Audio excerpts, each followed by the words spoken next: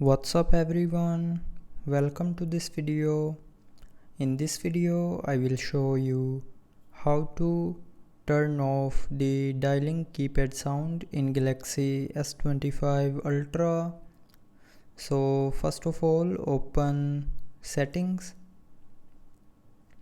Now in settings, scroll down and here tap on sounds and vibration. Now in sounds and vibration, tap on system sound, and here you will see our dialing keypad button. So if this button is turned on, your dialing keypad will make sound.